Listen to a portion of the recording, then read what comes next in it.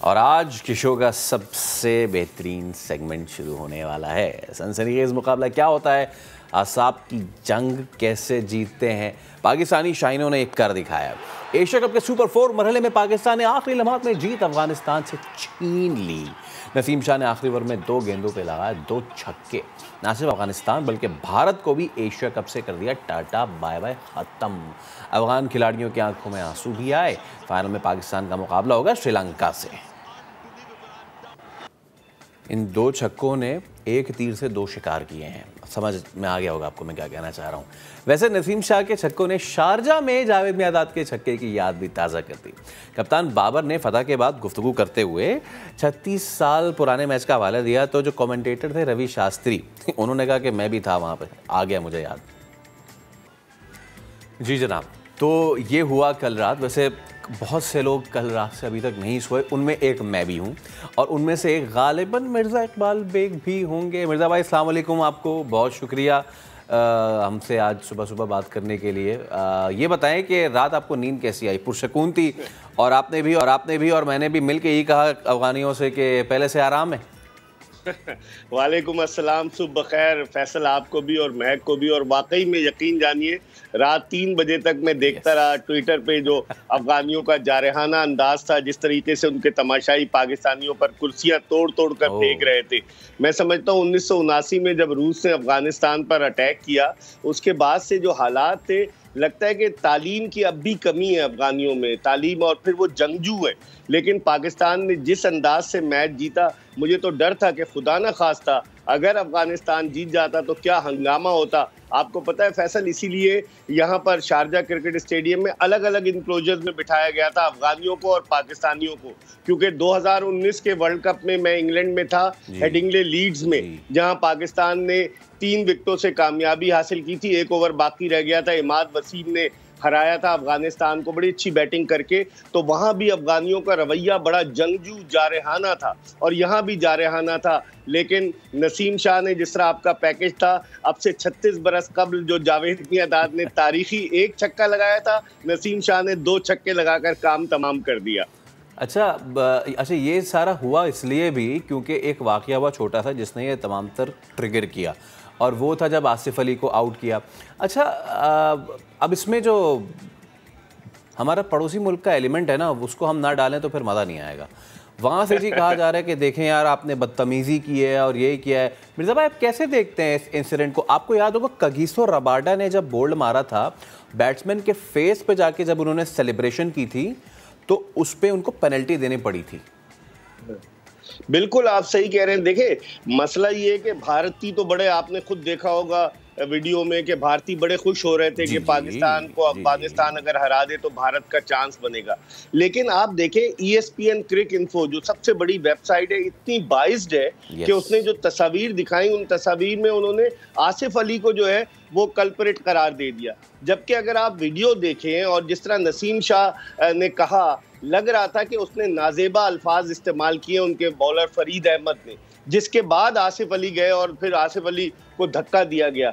तो मैं समझता हूं कि अफगानियों का ये जारहाना रवैया, एक तो तमाशाइयों का जारहाना रवैया, दूसरे यहाँ पर इससे पहले भी कई दफ़ा ऐसा हो चुका है कि अफगानी क्रिकेटर्स मुखालिफ टीम के खिलाड़ियों, ख़ास तौर पर पाकिस्तान के साथ, हालांकि पाकिस्तान ने उनको इतनी मदद की है क्रिकेट खेलने में, फैसल, ये सब जब यहाँ रहते थे अफगान कैंप्स में, पेशावर में, सारे वही क्रिकेट खेलते थे। और जो राशिद खान उनका बॉलर है, इसका नाम राशिद खान अरमान है, ये इस्लामिया कॉलेज पेशावर में 2nd ईयर का स्टूडेंट था, फिर उसके बाद ये वहाँ चला गया अफगानिस्तान। तो पाकिस्तान के डोमेस्टिक क्रिकेट में अफगानिस्तान की टीम आकर खेली है और पाकिस्तान के लोगों ने इनको कोच किया है। आप देखें, इमामुल हक गए, राशिद लतीफ गए, इतना सब कुछ किया, उसके बावजूद उसका ये सिला। और आप देख रहे हैं कि वो जो वीडियो है ना, हम उसको बार बार चला भी रहे हैं। एक तो ये है कि जो मैच के हाइलाइट्स हैं, एक है मोबाइल वीडियो जिसमें साफ जाहिर हो रहा है कि किस तरीके से जो फरीद हैं, इन्होंने जाके नाजेबा इशारा भी किया और उन्होंने जाहिर सी बात है कुछ बोला भी है, ठीक है, भड़काया है। अगेन वही वाली बात, रबाडा ने जिस तरीके से on the face of batsman उनको आउट करने के बाद जिस तरीके से सेलिब्रेट किया था, ये सिर्फ सेलिब्रेशन नहीं है, ये इसके अलावा भी दीगर मामलात हैं। तो किस तरह तोड़ मरोड़ के हमारा जो पड़ोसी मुल्क है वो उसको कहता है कि जी ऐसा हो गया, वैसा हो गया, फला हो गया, ढिमका हो गया। अच्छा, ये अगर नहीं होता तो शायद ये ब्लेसिंग इन डिस्गाइज हो गया। अगेन अपना शिफ्ट करते हैं focus towards Naseem Shah and the other performance. अगर ये चीज़ नहीं होती तो ट्रिगर नहीं होता मामला, और अगर ट्रिगर नहीं होता शायद वो 2 छक्का नहीं लगते। मज़े की बात पता है क्या है? मज़े की बात यह है कि पूरा पाकिस्तान तो ट्रिगर्ड था ही। जो बॉलिंग कोच है शॉन टेट, मैंने उनको ऑस्ट्रेलिया से खेलते हुए कभी इतना अग्रेसिव नहीं देखा जितना कल वो सेलिब्रेट करते हुए अग्रेसिव हो रहे थे। बिल्कुल आप सही कह रहे हैं, सेलिब्रेशन तो थी। नसीम शाह की आपने सेलिब्रेशन देखी होगी। मैं समझ रहा हूँ कि पाकिस्तान जीत तो गया, लेकिन जीत की खुशी में हमें अपनी गलतियों का इजाला करना होगा, क्योंकि फाइनल हमारा श्रीलंका से इतवार को, उससे पहले जुमे को हमारा एक फाइनल से पहले एक रिहर्सल है, श्रीलंका से मैच है। आप देखें फैसल 87 फॉर 3 था पाकिस्तान का जब रिजवान आउट हुए, और 118 पे 9 हो गए, तो 31 रन पर पाकिस्तान की 6 विकेटें गिर गई, जिससे आप अंदाजा लगाएं कि पाकिस्तान का मिडिल ऑर्डर अब भी बहुत वल्नरेबल है, और हम बहुत कुछ इन्हिसार कर रहे हैं बाबर आजम, मोहम्मद रिजवान और फखर जमान पर। हमें ये सोचना होगा, बार बार गलतियां नहीं करनी होंगी। श्रीलंका हमें नहीं छोड़ेगा। जिस तरह अफगानिस्तान से हमने जीत लिया, ठीक है, बहुत जबरदस्त तरीके से जीते, पूरा मुल्क जो है वो खुशी की लहर दौड़ गई, लेकिन हमें अपनी गलतियों का भी इजाला करना होगा। मिर्जा भाई, मैं चाह रहा था इसी पे ज़रा आ जाऊं, क्योंकि देखिए हम जीत गए एंड इट्स गुड। जो हम पत्ते भी फेंक रहे हैं इंडिया वाले मैच में, नवाज़ को ऊपर भेज दिया, इसमें शादाब को भेज दिया, वो पत्ते भी चल गए। प्रॉब्लम ये है कि पत्ते रोज़ रोज़ नहीं चलते। बाबर ने जब से विराट कोहली को विश किया है और जब से उनसे हाथ मिलाया है, तब से ऐसा लग रहा है कि वो जो, I don't want to use the word, लेकिन वो जो एक चीज़ थी वो पनौती चले ले लेते हैं ना, वो इधर से उधर शिफ्ट हो गई है। तो जो फॉर्म इधर थी बाबर ने वो कोहली को दे दी, और कोहली की जो फॉर्म ख़राब थी वो इधर आ गई है। वरीसम चीज़ है सर ये, बाबर का ना चलना, फ़खर जमान का ना चलना, इवन फॉर दैट सेक। बिल्कुल, बाबर ने 4 इनिंग्स में अब तक 33 रन बनाए, 33 रन। पहले मैच में बाबर ने जो है वो 10 रन बनाए, दूसरे में 9, तीसरे मैच में 14, और कल 0 पर आउट हुए। तो इस लिहाज से बाबर पर अब प्रेशर डेवलप होता जा रहा है, क्योंकि वो पाकिस्तान के टॉप के बैट्समैन है। वो रन्स करते हैं तो पूरी टीम का मोरल अप होता है। अगर वो 0 पर आउट हो जाए पहली गेंद पर, तो पूरी टीम बैठ जाती है। हालांकि रिजवान इस टीम में, और आपने फखर की बात की, फखर भी उस तरह से नहीं चल रहे। मेरी ओपिनियन में फखर जमान अगर इनिंग्स ओपन करें तो वो पावर प्ले का ज्यादा बेहतर इस्तेमाल कर सकते हैं। लेफ्ट हैंडेड और राइट हैंडेड कॉम्बिनेशन फखर जमान और रिजवान का, और अगर बाबर 1 डाउन पर आए तो बेहतर होगा। लेकिन अब ये टीम मैनेजमेंट पे डिपेंड करता है, और बहुत कुछ डिपेंड करता है बाबर आजम पर। वो किसी तौर भी ओपनिंग की स्लॉट छोड़ना नहीं चाहते। तो अब देखें अगले आइंदा आने वाले मैचेस में क्या होता है। Let's see, let's hope for the best. अच्छा मिर्ज़ा भाई, ये एक मीडियोकर टोटल, और इस मीडियोकर टोटल को चेस करते हुए क्या इसको आखिर तक ले जाना चाहिए था?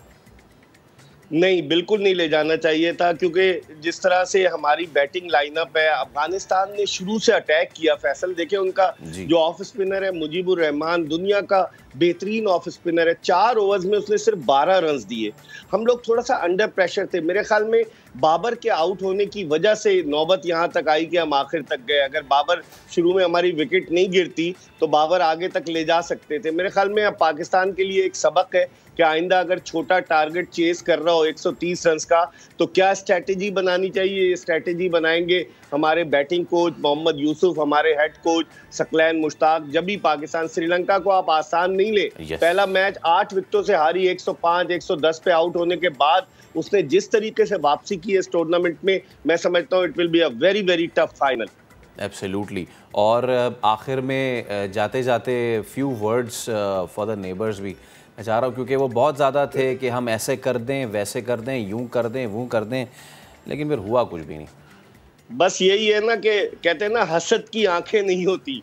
तो उनको हसद बहुत ज्यादा है पाकिस्तान से, और पाकिस्तान ने जिस तरीके से जवाब दिया, कल आपने वीडियोस देखी होंगी, वो तो बड़ा सेलिब्रेट कर रहे थे। अब आज अफगानिस्तान और भारत का मैच है, दोनों एक दूसरे के आंसू पोंछने की कोशिश करेंगे, लेकिन पाकिस्तान चला गया। शुक्र है अल्हम्दुलिल्लाह कि अल्लाह ताला ने हमें कामयाबी दिलवाई। अच्छा, वैसे तो आपका बहुत शुक्रिया, मिर्ज़ा भाई हमारे साथ मौजूद थे, लेकिन आगे चल के ज़रूर हम इस पे देंगे। ये इस रीजन में सबको पाकिस्तान से असर है, वो बांग्लादेश हो, अफगानिस्तान हो या इंडिया हो। अच्छा, इंडिया के साथ तो फिर अब थोड़े से लव रिलेशन आप देख रहे हैं कि प्लेयर्स हाथ मिला रहे हैं, यानी वो जो एंटागनिज्म इंडिया के अगेंस्ट होती थी अब वो शिफ्ट हो गई अफगानिस्तान और बांग्लादेश पे। लेकिन इन दोनों टीम्स को ये सोचना पड़ेगा कि आप ही वो दोनों टीम्स थी जिनको और किसी ने नहीं बल्कि पाकिस्तान ने ही यहाँ तक आने में मदद दी है, चाहे वो बांग्लादेश हो in the late 80s and 90s या फिर अफगानिस्तान पाकिस्तान हो। खैर, कल का जो मैच हो गया बड़ा ज़बरदस्त हो गया। नाउ अब आज एक बड़ा ही गैर रस्मी सा मैच है जिसकी कोई ज़रूरत ही नहीं है, कोई देखे ना देखे उसका कोई फ़ायदा नहीं। इट्स इंडिया अफगानिस्तान, फिर पाकिस्तान श्रीलंका से खेलेगा। वो एक अच्छा ड्रेस रिहर्सल होगा फाइनल के लिए, और संडे को होगा final Pakistan versus Sri Lanka. All the best to the green shirts.